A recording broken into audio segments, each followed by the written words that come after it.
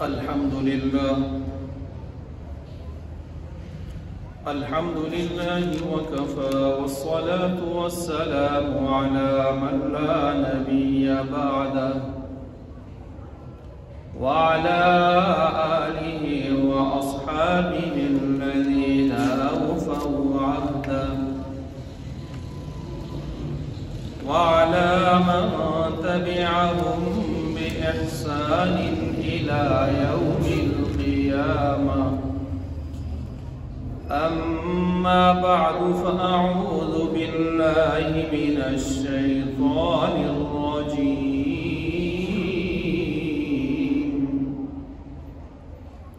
بسم الله الرحمن الرحيم.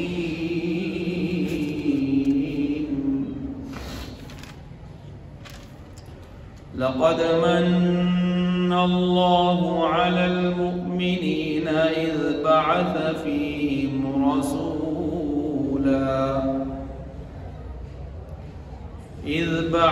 فيهم رسولا من أنفسهم يتلو عليهم آياته ويزكيهم ويعلمهم الكتاب والحكمة وإن كانوا من قبل لفي ضلال مبين. آمنت بالله صدق الله ومولانا العظيم وصدق رسوله الكريم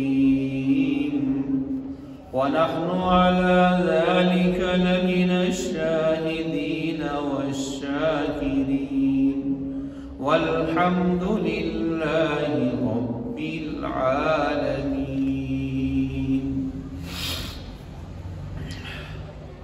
محترم المقام واجب الاحترام حضرات سامعین اکرام،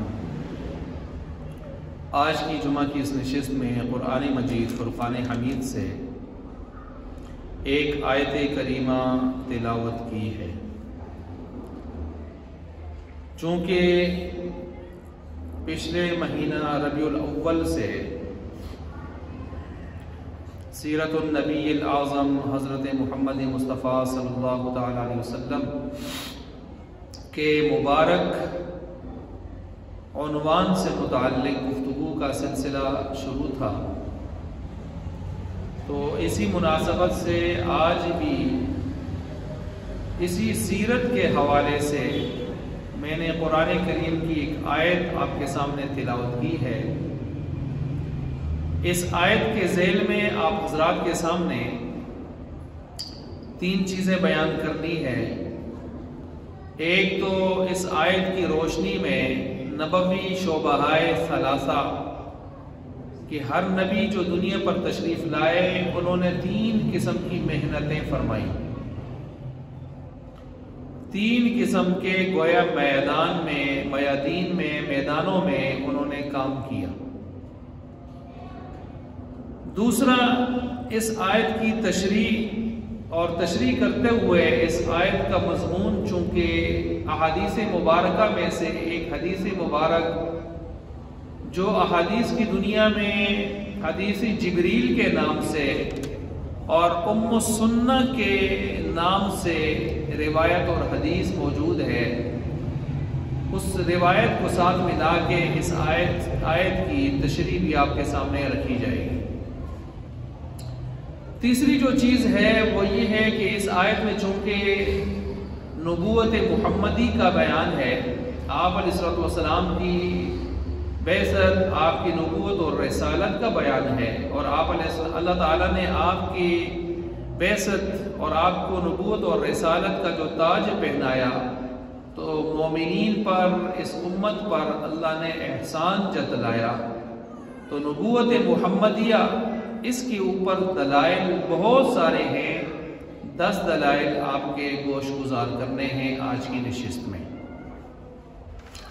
چنانچہ آج کی اس گفتگو میں 3 چیزیں آ گئیں: نبوی شعبہائے ثلاثہ، حدیثی جبریل آیت کے ذیل میں لا کر اس کے اندر اور آیت میں اہم نکات، اور تیسری چیز نبوت محمدیہ پر دلائل، 10 دلائل۔ سب سے پہلی چیز قرآن کریم کی آیت میں نے آپ کے سامنے رکھی، اور اس کا پہلے میں آپ کے سامنے مفہوم بیان کر لیتا ہوں۔ مفہوم بیان کرنے کے بعد اس آیت کے داخلی اعتبار سے تشریحات آپ کے سامنے رکھ کے، اہم نکات رکھ کے آگے چلوں گا۔ سورہ آل عمران کی یہ آیت نمبر 164 ہے۔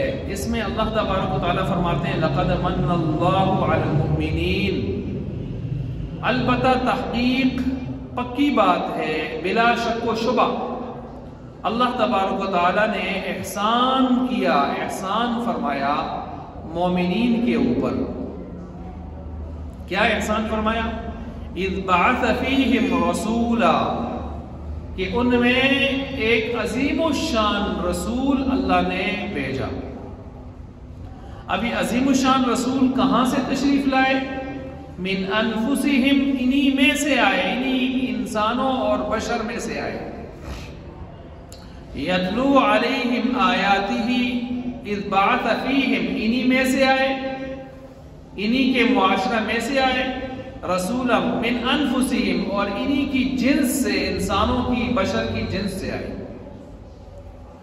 یتلو علیہم آیاتہ، پہلے نبیوں کی طرح ان کے بھی 3 کام ہیں، 3 شعبے ہیں، محنت کے 3 شعبے ہیں، 3 میدان ہیں۔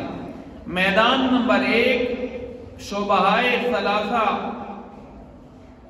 ان میں سے شعبہ نمبر 1 یتلو علیہم آیاتہ، اللہ کی طرف سے آنے والی وحی قرآن کی صورت میں، آسمانی کتاب کی صورت میں، اس کی تلاوت کر کر کے، پڑھ کے لوگوں کو سناتے ہیں۔ اور وَيُزَكِّيهِمْ، دوسرا کام یہ کرتے ہیں کہ ان کے دلوں کی صفائی لگاتے ہیں۔ تیسرا کام، تیسرا محنت کا میدان وہ یہ ہے کہ وَيُعَلِّمُهُمُ الْكِتَابَ وَالْحِكْمَةَ، وہ قرآن کو صرف پڑھ کے الفاظ سناتے ہی نہیں ہیں، اس کتاب کے اندر جو اللہ نے تقاضے کیے ہیں، جو احکام اتارے ہیں، وہ ان کو سمجھاتے بھی ہیں، شریعت اور احکام، مسائل اور احکام بھی ان کو سکھاتے ہیں۔ کس سے؟ الکتاب، قرآن کریم سے، والحکمت، اور اپنی احادیث نبویہ کے ذریعے سے۔ یہ 3 کام ہر نبی کو اللہ تعالیٰ نے یہ 3 محنت کے میدان دیے ہیں، یہ 3 شعبے دیے ہیں۔ اور آگے اللہ تعالیٰ فرماتے ہیں وَإِن كَانُوا مِن قَبْلُ لَفِي ضَلَالٍ مُبِينٍ، اور بے شک آپ علیہ السلام کی اس بعثت اور نبوت اور رسالت کے تاج پہننے سے پہلے، اعلان نبوت سے پہلے، عرب کا معاشرہ واقعی بلا شک و شبہ بڑی صریح گمراہی کے اندر گرا ہوا تھا۔ وَكُنْتُمْ عَلَى شَفَا حُفْرَةٍ مِّنَ النَّارِ، سارے کے سارے کس پر تھے؟ گویا جہنم کے کنارے پر، دہانے پر پہنچ چکے تھے۔ فَأَنْقَذَكُمْ مِنْهَا، اللہ تبارک و تعالیٰ نے ان کو نکالا، آپ علیہ السلام کی نبوت اور رسالت کا تاج آپ کو پہنا کر، آپ کی برکت سے، آپ کے طفیل ان کو وہاں سے نکالا اور جنت کا وارث بنا دیا۔ اچھا، یہ تو میں نے آپ کے سامنے مختصر سے انداز میں سورہ آل عمران کی آیت نمبر 164 کے حوالے سے گفتگو کی، اس کا مفہوم آپ کے سامنے مختصر انداز میں بیان کیا۔ اب یہاں اس آیت کے حوالے سے چند باتیں وہ آپ سماعت فرما لیں۔ پہلی بات یہ ہے کہ اس آیت میں اللہ تبارک و تعالیٰ نے گویا جو کچھ بیان کیا ہے وہ ایک جواب ہے دوسری آیت کا، جو آیت ہے سورہ بقرہ کی آیت نمبر 129۔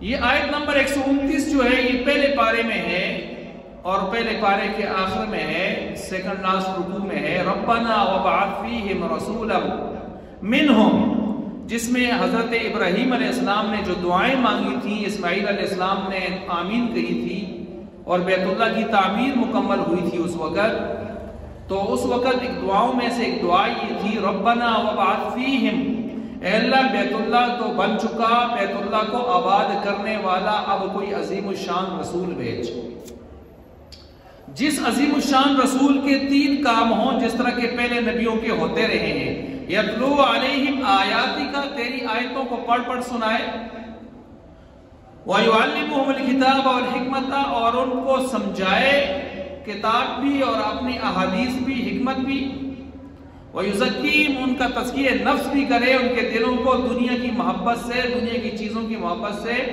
غیر اللہ کی محبت سے پاک صاف کرے۔ اِنَّكَ أَنْتَ الْعَزِيزُ الْحَكِيمُ، بے شک تو ہی ہے زبردست حکمت والا۔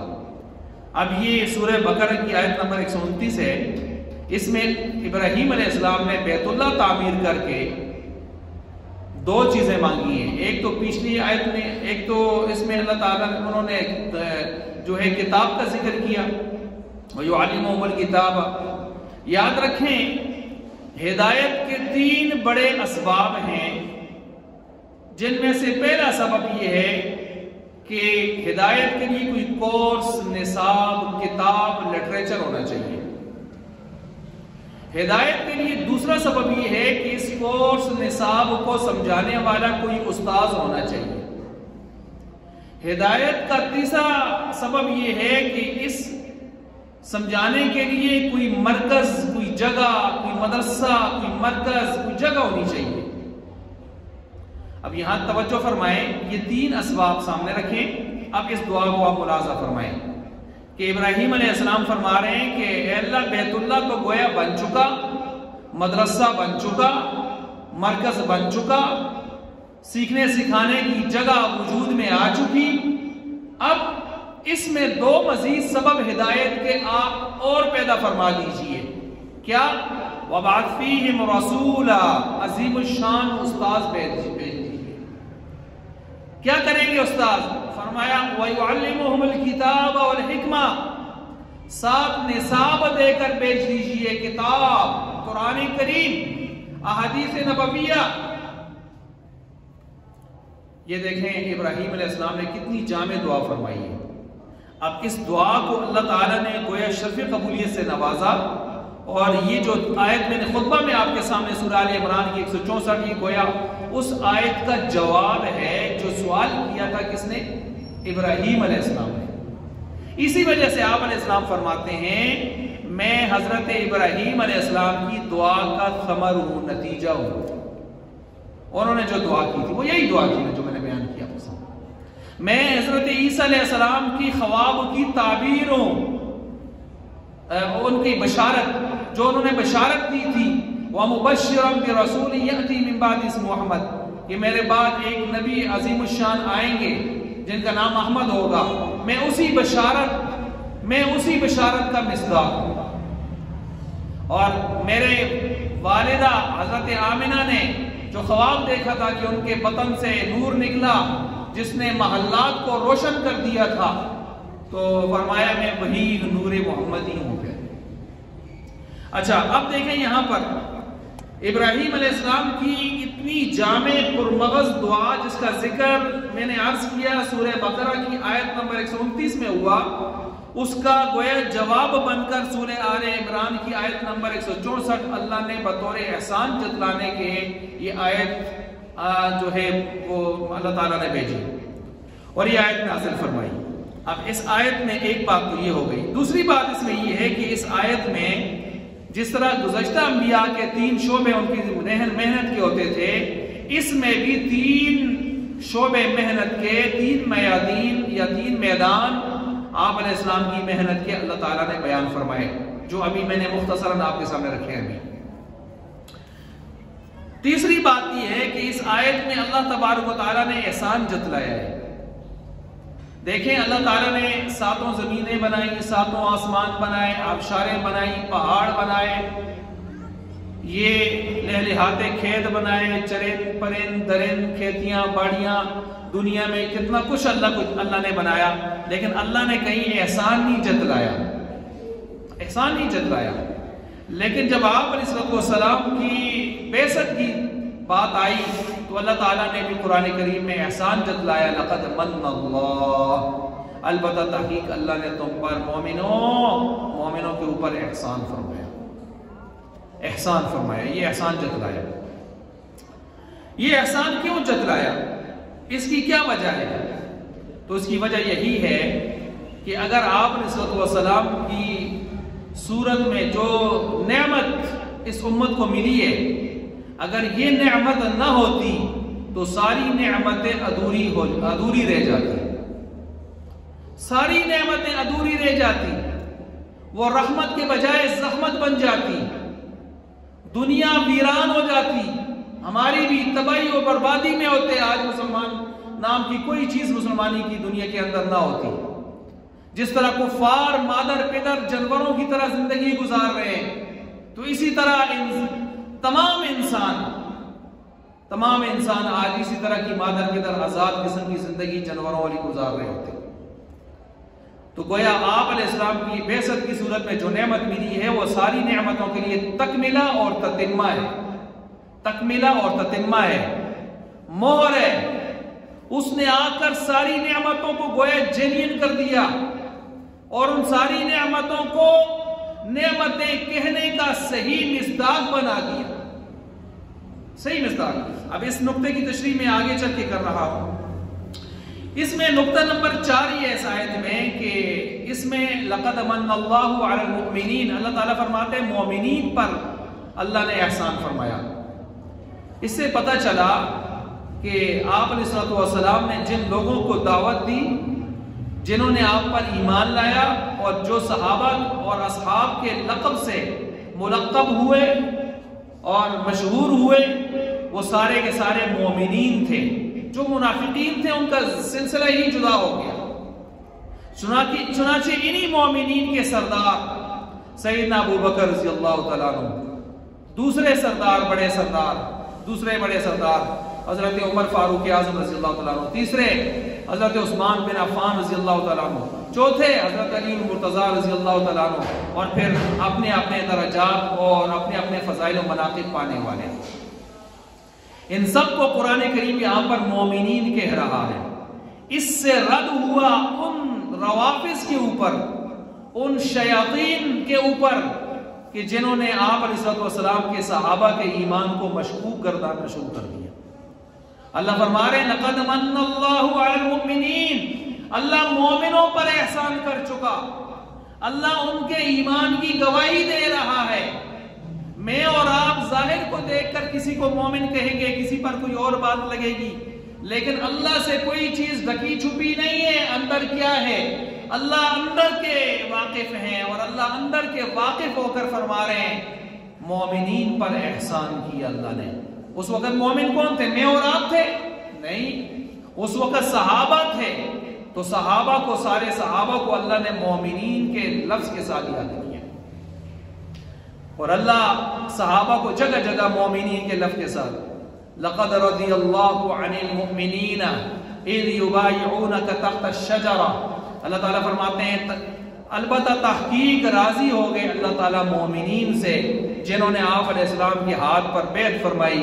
یہ کون تھے؟ 1400 یا 1500 صحابہ تھے جنہوں نے وہاں حدیبیہ میں آپ علیہ السلام کے ہاتھ پر بیعت فرمائی۔ ان کو بھی اللہ کیا فرما رہے ہیں؟ مومنین۔ اور صرف یہ نہیں، اللہ فرماتے ہیں کتب فی قلوبہم الایمان، ان کے دلوں میں اللہ نے ایمان لکھ دیا۔ وَأَيَّدَهُمْ، ان کی تائید فرما دی۔ وَزَيَّنَهُ فِي قُلُوبِكُمْ، ان کے دلوں میں اللہ تعالیٰ نے ایمان کو صرف لکھا ہی نہیں، ڈالا ہی نہیں، اللہ نے ان کے دلوں میں ایمان کو خوبصورت اور مزین بھی فرما دیا۔ یہ اللہ تعالیٰ صحابہ کے دلوں کی اور ان کے ایمانوں کی کس طرح انداز، الفاظ، تعبیرات بدل بدل کے اللہ تعالیٰ گواہی دے رہے ہیں۔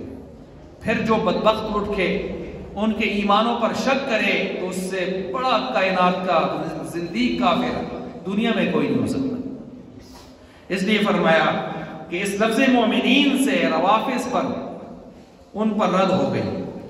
اچھا، اسی آیت میں اللہ تعالیٰ فرماتے ہیں، اب میں اس آیت سے متعلق نکات آپ کے سامنے رکھ رہا ہوں، فیہم انفسہم، اللہ فرماتے ہیں انہی میں سے رسول آئے اور انہی کی جنس میں سے آئے، انہی کے معاشرہ میں سے آئے، انہی کی جنس میں سے آئے۔ اس سے رد ہو گئی ان مبتدعین کے اوپر جنہوں نے خواہ مخواہ نبیوں کی عظمت کے نام پر، لیبل پر نبیوں کو وہ درجے دینے شروع کر دیے جو درجے ان کے نہیں تھے۔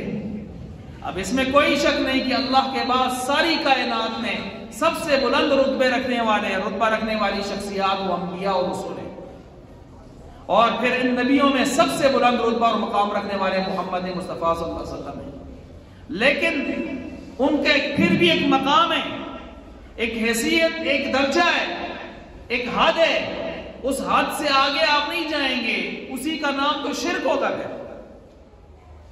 اب کچھ لوگوں نے انہوں نے کہا نہیں جی وہ تو نبیوں کو انسان کہنا، انسان تو لہذا فرشتے کہہ دیں، نور کہہ دیں، اس طرح کی باتیں شروع کر دی۔ تو اللہ نے قرآن کریم کی اس آیت میں بھی یہ جواب دے دیا، فیہم انہی انسانوں میں سے آئے، اسی معاشرے میں سے آئے، منہم من جنس الانسان والبشر، انسانوں اور بشر میں سے آئے، اور خوش نہیں ہوتے کہ وہ ہم انسانوں میں سے ہیں۔ اگر فرشتوں میں سے ہوتے، جنات میں سے ہوتے تو وہ کہتے ہم میں سے ہیں، پھر ہمارے لیے فخر کی کون سی بات ہوتی؟ خوش نہیں ہوتے کہ وہ انسانوں میں سے ہیں، خوش نہیں ہوتے کہ اللہ نے آدم کو بنا کر قرآن میں انسان بھی کہا اور بشر بھی کہا، خوش نہیں ہوتے کہ اسی آدم کی اولاد میں سے سارے انبیاء تشریف لائے، خوش نہیں ہوتے کہ سارے فرشتوں کو مع جبریل امین، میکائیل، اسرافیل، اسرائیل، سارے فرشتوں کو حکم کیا، اللہ تعالیٰ نے حکم دیا کہ اس انسان کو سجدہ کیجئے، اسجدوا لآدم، انسان کو سجدہ کروایا نوریوں سے۔ تو یہ غلط فہمی، یہ جہالت ہوتی ہے جس کی وجہ سے اس قسم کی باتیں ہوتی ہیں، ورنہ یہ کوئی خاص بات نہیں ہے، لیکن رد ہو گئی اس آیت سے ان لوگوں پر بھی، ان کی جہالت پر بھی۔ اب اس آیت کے حوالے سے اگر اس کا ارتباط دیکھیں گزشتہ آیات کے ساتھ، ایضاح دیکھیں، وضاحت دیکھیں، تو یہ نقطہ نمبر 6 میں آپ کے سامنے رکھ رہا ہوں اس آیت کے حوالے سے۔ میں نے کہا اس آیت میں اللہ نے شعبۂ ثلاثہ، نبیوں کے 3 بڑے شعبے محنت کے، ان کو اللہ نے بیان کیا ہے۔ میں آپ کے سامنے وہ رکھ رہا تھا، اب سنیے کہ اس آیت کے اندر اللہ تبارک و تعالیٰ نے جو کچھ رکھا ہے سابقہ کے ارتباط اور ربط کے ساتھ۔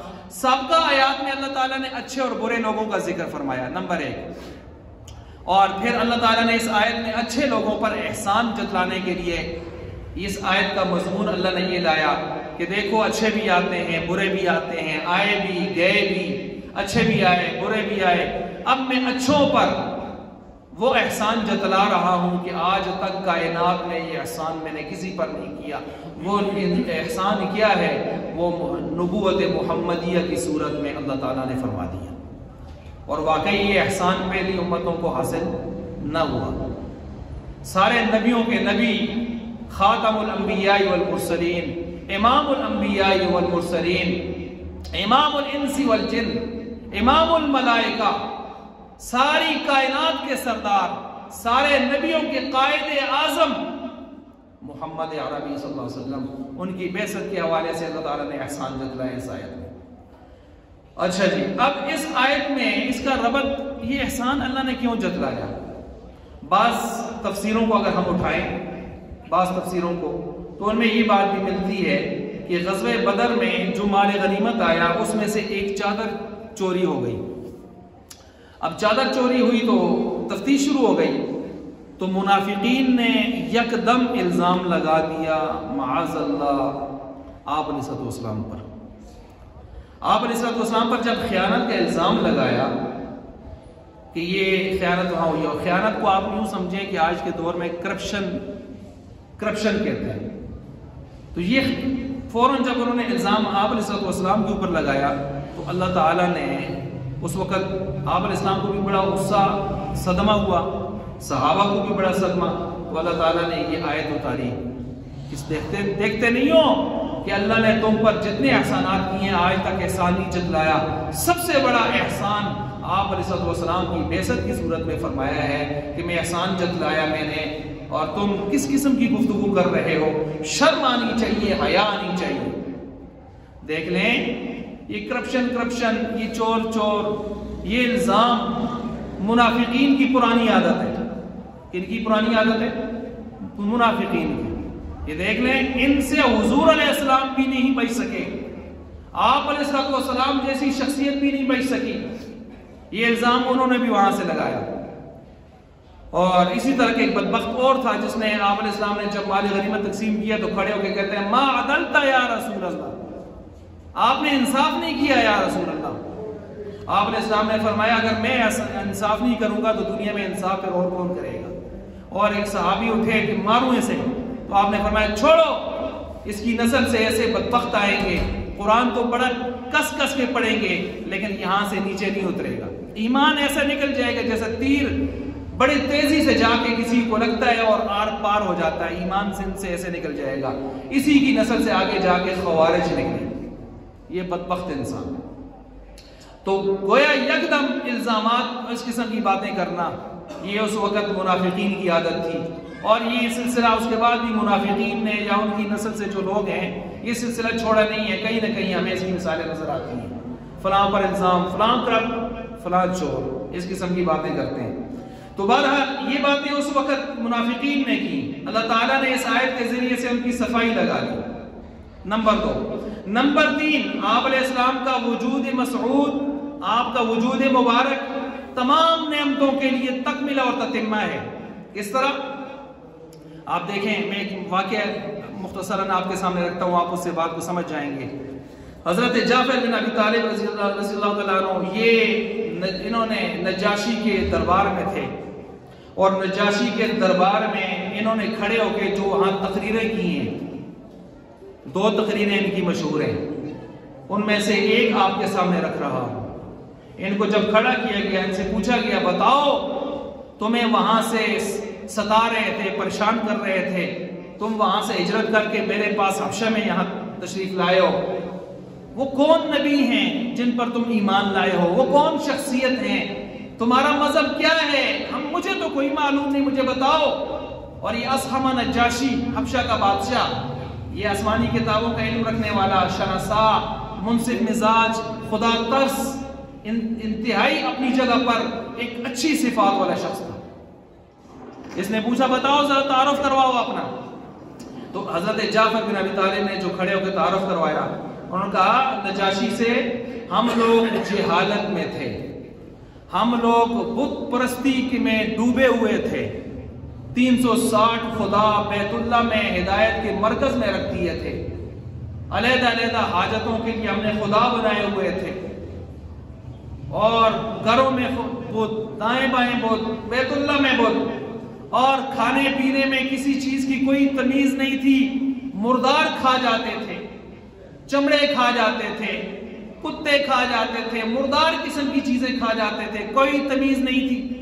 چائنا والی گویا تہذیب چل رہی تھی، بے حیائی کے مرتکب تھے، بے حیائی عام تھی، فحاشی عام تھی، رشتے ناتوں کا کوئی تقدس نہیں تھا، ہر ایک دوسرے کی گردن کاٹنے پہ لگا ہوا ہوتا تھا، جس کی لاٹھی اس کی بھینس والا چکر ہوتا تھا، اور پڑوسی ہر ایک کے دوسرے سے تنگ تھے، ہر ایک آدمی اپنی جگہ پر پڑوسیوں کے بارے میں اچھی رائے نہیں رکھتا تھا۔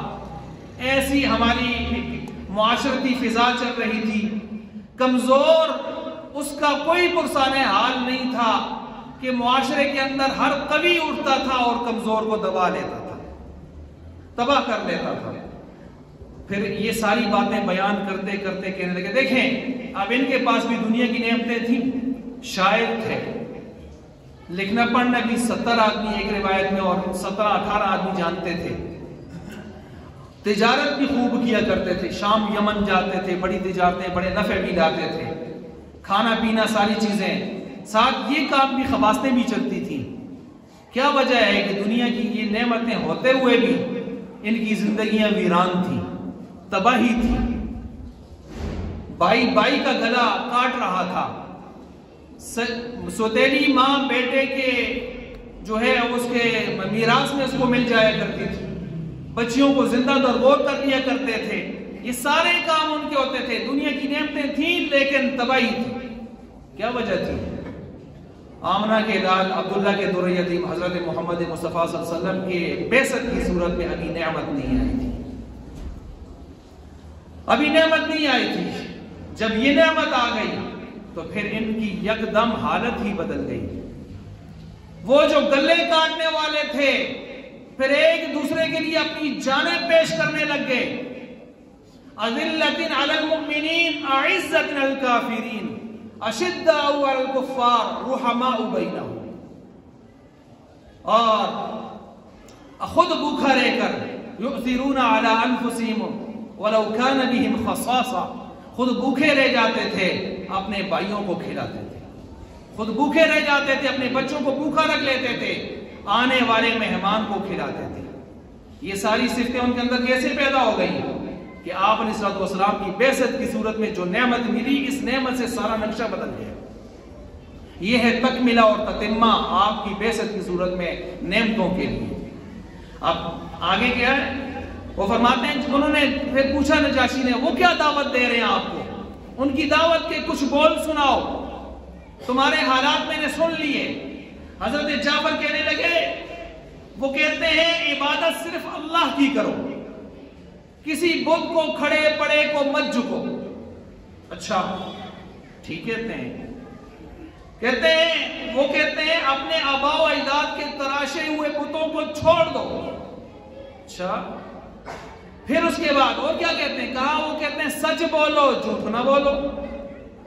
وہ کہتے ہیں امانت میں خیانت نہ کرو، امانت کی پاسداری کرو، صلہ رحمی کرو، رشتے ناطے نہ کاٹو، سوشل بائیکاٹ نہ کرو کسی سے، ہمسایوں کے ساتھ اچھا سلوک کرو، رحمت والا سلوک کرو، حرام کاموں سے باز آ جاؤ، خون ریزی چھوڑ دو، قتل و غارت چھوڑ دو. یہ ساری باتیں ہمیں وہ سکھا رہے ہیں. اور ساتھ یتیم کا مال مت کھاؤ، یتیم کا مال مت کھاؤ، اور ساتھ پاک دامن عورتوں پر تہمت نہ لگاؤ، ان کی زندگیاں ویران نہ کرو. نماز پڑھو، اللہ سے تعلق جوڑو، زکوٰۃ دو، اللہ کا قرب حاصل کرو، روزے رکھو. یہ روایتیں جو میں نے بیان کی ہیں یہ مسند احمد میں امام احمد بن حنبل رحمۃ اللہ علیہ نے وہاں کوٹ کی. یہ روایتیں وہاں لائی ہیں. یہ نقشہ کس نے پیش کیا؟ حضرت جعفر نے. اب جب یہ نقشہ پیش کیا نجاشی کھل اٹھا، اور نجاشی کھل اٹھا کہنے لگا بس ٹھیک میں سمجھ گیا یعنی نبی آخر الزمان میں سمجھ گیا، بس تم جاؤ ٹھیک ہے، میرے وطن کے اندر میری بادشاہت میں میرے ملک میں رہو، تم شاہی مہمان ہو. ادھر سے مشرکین مکہ بڑے تحفے تحائف لے کر پہنچے. کہنے لگے یار کام تو خراب ہو گیا. اور پھر آ کے کہنے لگے یہ لوگ تو آپ کے ملک میں رہے، ہمارے ملک میں ہمارے عرب میں وہاں پر تو بڑے افراتفری مچ گئی ہے، گھر میں مسائل پیدا ہو گئے ہیں، یہ آپ کے یہاں آئے یہاں بھی مسائل پیدا ہو جائیں گے، ان کو یہاں سے نکالیے. کہا نہیں ہو سکتا. میں نے ان کی بات ساری سن لی. اور پھر اس کے بعد اور کچھ نہ بنا تو کہنے لگے آپ کو پتہ ہے یہ آپ کی عیسیٰ علیہ السلام کو بھی نہیں مانتے. کیوں نہیں مانتے؟ کہاں نہیں مانتے. بلاؤ بھائی. بڑے دربار میں پھر بلایا. جعفر بن ابی طالب پھر کھڑے ہوئے، بولنے میں بڑے زوردار تھے، اچھے مقرر تھے. کہا سنا ہے آپ ہمارے عیسیٰ علیہ السلام کو نہیں مانتے. کہنے لگے مانتے ہیں لیکن اس طرح مانتے ہیں جس طرح ہمارا قرآن ہمیں بتاتا ہے، اس طرح مانتے ہیں. کہا مجھے کیا پتا ہے کہ قرآن کس طرح بتاتا ہے، ذرا مجھے بتاؤ، سناؤ. تو پھر کھڑے ہوئے جعفر، حضرت جعفر بن ابی طالب حضرت علی صلی اللہ علیہ وسلم کے بھائی کھڑے ہوئے، اور کھڑے ہو کر انہوں نے سورہ مریم جب پڑھنا شروع کی تو پھر تاریخ ہمیں کہتی ہے کہ نجاشی بادشاہ کی آنکھیں بہنا شروع ہو گئی، آنکھوں سے ٹپ ٹپ آنسو گر رہے ہیں، اشکوں کی لڑیاں لگ گئیں. اور پھر اس دوران چلتے چلتے جب وہ پہنچے قال انی عبد اللہ، کہ عیسیٰ علیہ السلام سے سوال ہوا بغیر باپ کے دنیا پر کیسے آئے. عیسیٰ علیہ السلام جواب دے رہے ہیں قال انی عبد اللہ، میں اللہ کا بندہ ہوں، آتانی الکتاب وجعلنی نبیا، اللہ مجھے کتاب دیں گے، مجھے رسول بنائیں گے. یہاں سوال کرنے والوں نے سوال کیا، سوال ہو رہا ہے بغیر باپ کے دنیا پر کیسے آئے، جواب آ رہا ہے میں اللہ کا نبی، اللہ مجھے نبی بنائیں گے، مجھے کتاب دیں گے، سوال اور ہے جواب اور ہے۔ کہا نہیں، علماء کو اللہ جزائے خیر عطا فرمائے، علماء نے ہر چیز پر بحث کی، علماء نے یہاں جواب دیے۔ ایک جواب یہ دیا کہ دیکھو حضرت عیسیٰ علیہ السلام اپنے اس جواب سے ان کو یہ جواب دینا چاہتے ہیں، تم میرے نسب میں شک کر رہے ہو بدبختو، میں تو وہ ہوں جس کو اللہ نے نبی بنانا ہے، کتاب دینی ہے، اور جس کو اللہ نبی بنا رہا ہو، کتاب دے رہا ہو، اس کے ظاہر باطن میں، اس کے نسل میں شک کی گنجائش نہیں ہوتی۔ جواب ہو گیا۔ اب جب یہ پڑھا انی عبد اللہ، مشرکین مکہ میں سے کھڑے ہو کہنے لگے یہ دیکھیے نہیں مانتے نا، کیونکہ عیسائی کیا مانتے ہیں؟ اللہ کا بیٹا۔ عیسائی کیا مانتے ہیں؟ اللہ کا نور من نور اللہ، اللہ ثالث ثلاثہ، تین خداؤں میں سے خدا، خود اللہ عیسیٰ علیہ السلام کی صورت میں معاذ اللہ، نوروں میں سے ایک نور، تین اقالیم ثلاثہ، تین، اور یا پھر جو ہے بیٹے ابن اللہ، کیتھولک، پروٹسٹنٹ اور آرتھوڈکس، عیسائیوں کے تین بڑے فرقے۔ اب یہ جو اسحمہ نجاشی تھا، الحمدللہ یہ تینوں فرقوں سے ہٹ کر منصف مزاج آسمانی کتابوں کا علم رکھنے والا، اور یہ عیسیٰ علیہ السلام کو اللہ کا بندہ ہی سمجھتا تھا۔ عیسائیوں میں کچھ لوگ ایسے تھے جو عیسیٰ علیہ السلام کو صرف اللہ کا بندہ ہی سمجھتے تھے، ٹھیک ہے، اور نبی سمجھتے، رسول سمجھتے تھے، بیٹا، جگر کا ٹکڑا یا فلاں یا نور، تیسرا نور، اس قسم کی واہیات کے پیچھے نہیں جاتے ہیں۔ اسحمہ نجاشی بھی انہی میں سے تھا۔ اسحمہ نجاشی نے دیکھا، کھڑے ہو کے کہتے ہیں یہ دیکھیے، اسحمہ نجاشی نے نیچے بیٹھو، آج کی دور کی زبان میں کہیں شکل گما تلا پہ، پھر اپنی جیب میں سے ایسے میں سواگ نکال کے ایک تنکا یوں کھینچا اور کھینچ کے یوں کہنے لگے اللہ عیسیٰ کے رب کی قسم، یہ شخص عیسیٰ کی شان نہ بڑھا رہا ہے نہ گھٹا رہا ہے، صحیح معنوں میں بیان کر رہا ہے۔ قرآن تو قرآن ہے، قرآن تو قرآن ہے۔ تو بہرحال یہ جعفر بن ابی طالب رضی اللہ عنہ یہ وہی ہیں جو شہید ہوئے، جن کے جھنڈا پکڑتے پکڑتے ایک بازو کٹا، پھر دوسرا بازو کٹا، اور پھر اس کے بعد آگے بڑھ کے ظالم نے شہید کر دیا ان کو، اور پھر ان کے دونوں ہاتھ جو کٹے ہوئے تھے، ان کی بچیاں تھیں، بڑی رو رہی تھی، پریشان تھی، اور آپ علیہ السلام نے فرمایا تھا بشارت دیتا ہوں اللہ نے ان دو بازوؤں کے بدلے جعفر کو جنت میں دو پر دے دیے ہیں، اڑتے ہوئے جا رہے ہیں حضرت جعفر، اور انہی کی شہادت پر ان کی بچیاں غمناک تھی۔ تو آپ علیہ السلام نے فرمایا غم بہت سخت آیا ہے، ان بچیوں کو تھوڑا سا کھانا شانا بنا کے کھلا لو تاکہ ان کا غم تھوڑی تسلی دے دو۔ اس سے علماء نے یہ مسئلہ نکالا اس حدیث سے کہ جو کہیں فوتیدگی ہو جائے تو ایک صبح ایک شام، یعنی ایک دن ایک رات، ایک دن ایک رات آپ اس کے گھر والوں کو، پڑوسی قریب کے جو لوگ ہیں دائیں بائیں کے، وہ کچھ پکا کے لے جائیں اور ان کو ساتھ بٹھا کے، عورتوں کو، مرد مردوں کو کھلا لیں، یا کم از کم تسلی دے دیں ان کو کچھ کھانے کے لیے لے جا کر، کیونکہ چولہا تو نہیں جلے گا آج ان کے گھر میں۔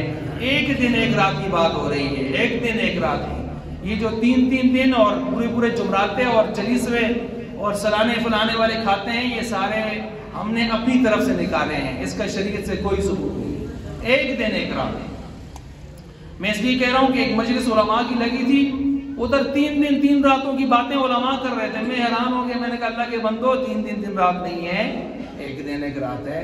لیکن ہم تو آج تک یہ سنتے آ رہے ہیں، میں نے کہا تم علماء ہو کے سنتے آ رہے ہو، تم پڑھو، وہ تو عوام کہے کہ ہم سنتے آ رہے ہیں، وہ الگ بات ہے۔ کبھی کبھی بڑی شخصیت کو بھی اس میں مسٹیک ہو جاتی ہے۔ کفایت المفتی، مفتی ایشیا، مفتی ہند، مفتی کفایت اللہ دہلوی رحمۃ اللہ علیہ، بہت بڑی شخصیت ہیں۔ کفایت المفتی 5 جلدوں میں ان کا فتاویٰ ہے، بڑی کتابیں ہیں ان کی۔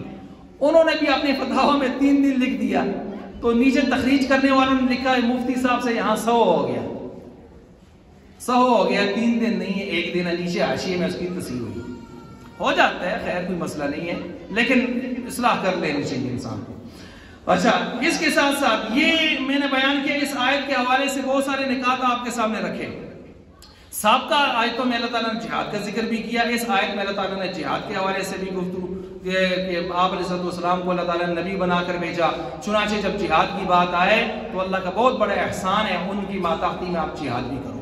اس آیت میں یہ اشارہ بھی دیا گیا۔ اور یہاں پر یہ بھی یاد رکھیں کہ وہی نبی اور مذہب کی ضرورت، یہ بھی ایک پورا ٹاپک ہے، عنوان ہے۔ ڈاکٹر ذاکر نائک سے بھی یہ سوال کسی نے کیا تھا، میری نظر سے گزرا تھا۔ اس نے کہا تھا میں یہ ہوں، میں یہ ہوں، میں یہ کام کرتا ہوں، میں پڑوسیوں سے اچھا سلوک کرتا ہوں، میں دوستوں سے اچھی گیدرنگ شیدرنگ کرتا ہوں، فلاں کرتا ہوں، مجھے مذہب کی کیا ضرورت ہے؟ مجھے مذہب کی کیا ضرورت ہے؟ ٹھیک ہے، مرتد ہو گیا، میں نے سارا مذہب چھوڑ دیا، مجھے مذہب کی کیا ضرورت ہے؟ انہوں نے خیر اپنے انداز سے جواب دیا۔ کچھ لوگ مطمئن، ہمارے پروفیسر بات کر رہے تھے، ہم مطمئن نہیں ہوں۔ میں نے کہا بیٹھو انشاءاللہ تمہیں ہم مطمئن کریں گے، کوئی ایسا مسئلہ نہیں ہے۔ وہی نبی اور مذہب کی ضرورت، اب یہ لمبا ٹاپک ہے، اس پر تو وقت نہیں ہے کہ اس پر گفتگو اس انداز سے ہو، لیکن چلیں اس کو میں اگلے ہی جمعہ رکھتا ہوں کیونکہ یہ لمبا ٹاپک ہے، اس پر اگلے جمعہ۔ اس آیت کے ساتھ جو چیز مل رہی ہے میں اس کو آپ کے سامنے رکھتا ہوں۔ حدیث جبریل، اس آیت میں اللہ تعالیٰ نے 3 چیزیں بیان کی ہیں۔ ایک، اللہ تعالیٰ نے فرمایا یتلو علیہم آیاتہ، نبی کا ایک کام یہ ہے کہ جو وحی آتی ہے اس کے الفاظ پڑھ پڑھ کے سنائے۔ وَيُعَلِّمُهُمُ الْكِتَابَ وَالْحِكْمَةَ، اور جو شرعی مسائل ہیں، زندگی گزارنے کا طور طریقہ ہے، وہ سارا سکھائے، احکام شرعیہ، شریعت۔ وَيُزَكِّيهِمْ، دلوں کی صفائی لگائے، دلوں سے اللہ کے علاوہ غیر اللہ کی ساری محبت نکالے، اللہ سے جوڑے۔ یہ 3 کام ہر نبی کرتے آ رہے ہیں، 3 کام۔ اس کو یوں کہیں، پہلا کام یتلو علیہم آیاتہ، ایمان، انسانوں کو ایمان پر، ایمانیات پر، عقیدے پر لائے۔ وَيُعَلِّمُهُمُ الْكِتَابَ وَالْحِكْمَةَ، جب وہ ایمان پر آ جائیں، اسلام میں داخل ہو جائیں تو ان کو اسلام سکھائے، ایمان آ گیا اسلام سکھائے۔ وَيُعَلِّمُهُمُ الْكِتَابَ وَالْحِكْمَةَ، شریعت۔ اور پھر اس کے بعد جب یہ سکھایا ہے تو یہ سکھانے میں عمل تب وہ کر سکیں گے، یا پختہ مسلمان تب بن سکیں گے کہ ان کے دلوں سے غیر اللہ کی محبت کو نکالے۔ اگر ادھر دل محبت غیر اللہ کی رہے گی، دنیا کی رہے گی، ادھر قرآن پڑھیں گے ادھر کہیں اور پہنچے ہوں گے، ادھر حدیث پڑھیں گے ادھر کہیں اور پہنچے ہوں گے، باہر نکل کے کام اپنا کریں گے۔ اس لیے دلوں کی صفائی بھی لگائیں، اللہ کا قرب بھی سکھائیں، اور اللہ کی بڑائی بھی ان کو سنائیں، ان کے دلوں میں بٹھائیں، یقین بھی بٹھائیں، اللہ کا خوف اور تقوی کی ان کے دلوں کے اندر کوٹ کوٹ کے بھریں۔ یہ 3 کام ضروری ہوتے ہیں، جہاں تعلیم ہو، ایمانیات بھی کا معاملہ بھی ہو، اعمال کا بھی ہو، ساتھ تربیت۔ یہ تربیت اور تزکیہ اور تصوف وہ بہترین دینی درسگاہیں ہوتی ہیں۔ اس انداز سے یہاں تینوں باتیں ہو گئی۔ اب یہ 3 باتیں، ایمان، اسلام اور تیسری چیز تصوف، اس کو حدیث میں احسان کہا گیا ہے، جس کو فقہ اکبر، فقہ اوسط، فقہ اصغر بھی کہا گیا ہے۔ حدیث جبریل ہے کہ آپ علیہ السلام کی مجلس لگی ہوئی تھی، صحابہ کرام بیٹھے تھے، ایک شخصیت تشریف لائی، صاف ستھرے، ٹھیک ٹھاک اور سمارٹ انداز میں آپ کی مجلس میں تشریف لائے۔ آتے آتے آتے آپ کے سامنے آگے بیٹھ گئے، آپ کے گھٹنوں سے گھٹنے ملا لیے، ایسے تحیات کی شکل میں بیٹھے۔ صحابہ سارے ایک دوسرے کو دیکھ کے پوچھ رہے ہیں یار کون ہے، ادھر کا تو ہے نہیں، مدینہ کا ہوتا تو ہم پہچان لیتے، آیا کہیں باہر سے ہے، دور سے ہے، لیکن باہر سے کوئی اوپر گرد و غبار نہیں ہے، کوئی تھکاوٹ نہیں ہے، یار آیا کہاں سے؟ سب نے کہا کوئی پتہ نہیں، صبر کرو۔ پھر سوالات شروع کیے، کہنے لگے آپ سے کچھ سوال کرنا چاہتا ہوں۔ حضور علیہ السلام سے کہنے لگے جی کیجئے سوال۔ تو انہوں نے سوالات شروع کیے، لمبی حدیث ہے، میں مختصر کر رہا ہوں۔ اخبرنی عن الاسلام، اسلام کے بارے میں بتا دیجئے، اسلام کیا چیز ہے؟ آپ علیہ السلام نے فرمایا الاسلام ان تشهد ان لا الہ الا اللہ وان محمد رسول اللہ وتقیم الصلاۃ وتؤتی الزکاۃ وتصوم رمضان وتحج البیت، کہ یہی ہے کہ آپ جو ہے ارکان اسلام آپ علیہ السلام نے بیان فرما دی کہ کلمہ شہادت وہ ہو جائے اور نماز ہو جائے، روزہ، زکوٰۃ، حج یہ ہو جائے، یہ اسلام ہے۔ اچھا یہ اسلام ہے؟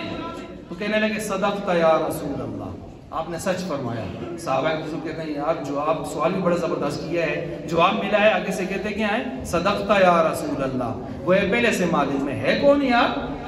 پھر کہنے لگے اخبرنی عن الایمان، ایمان کے بارے میں بتا دیجئے۔ آپ علیہ السلام نے فرمایا ان تؤمن باللہ وملائکتہ وکتبہ ورسلہ والیوم الآخر وتؤمن بالقدر خیرہ وشرہ۔ آپ علیہ السلام نے یہ ایمانیات ذکر کی، جب ایمانیات ذکر کی پھر کہنے لگے صدقت یا رسول اللہ، پھر صحابہ حیران ہوئے، اور اس کے بعد پھر تیسرا سوال کیا، اخبرنی عن الاسلام، اخبرنی عن الاحسان، احسان کے بارے میں بتا دیجیے احسان کیا چیز ہے۔ تو آپ علیہ السلام نے فرمایا کہ ان تعبد اللہ کأنک تراہ فإن لم تکن تراہ فإنہ یراک، تو اللہ کی عبادت اس طرح کر گویا تو اللہ کو دیکھ رہا ہے، اگر تیرا یہ ایمان نہیں بنا تو پھر سوچ اللہ تجھے دیکھ رہا ہے۔ تصوف، تزکیہ، احسان، پہلا ایمان، دوسرا اسلام۔ اسلام ظاہر کو کہتے ہیں ایمان دل کے اندر ہوتا ہے، اس حدیث میں بھی یہی تین چیزیں بیان ہیں جو آیت کے اندر تین چیزیں بیان ہیں۔ پھر چوتھا سوال کیا، اخبرنی عن الساعہ، قیامت کے بارے میں بتا دیجیے۔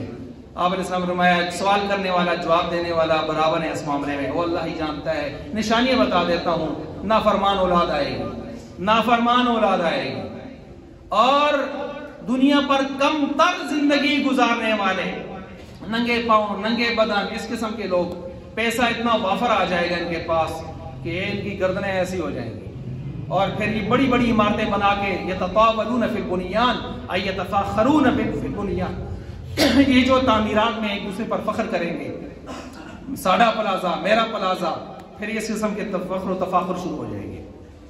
تو بہرحال آپ علیہ السلام کی یہ حدیث میں نے مختصر انداز میں آپ کے سامنے رکھی، اس میں بھی تین چیزیں بیان ہیں، اسلام، ایمان، اسلام، احسان، اور آیت میں بھی تین چیزیں بیان ہیں، ایمان، عقائد و نظریات، اور دوسری چیز اس میں تصوف، تزکیہ قلب، احسان، اور تیسری چیز کیا ہے، اعمال، احکام، مسائل۔ اللہ تعالیٰ نبیوں کے یہ جو تین شعبے ہیں ان کو کامل، ان کی ہمیں آپ علیہ السلام کی اتباع نصیب فرمائے، اور ان تینوں شعبوں کے حوالے سے اپنی ذاتی زندگی میں بھی اور پوری دنیا میں اللہ تعالیٰ اس محنت کے لیے ہم سب کو قبول فرما دے۔ وآخر دعوانا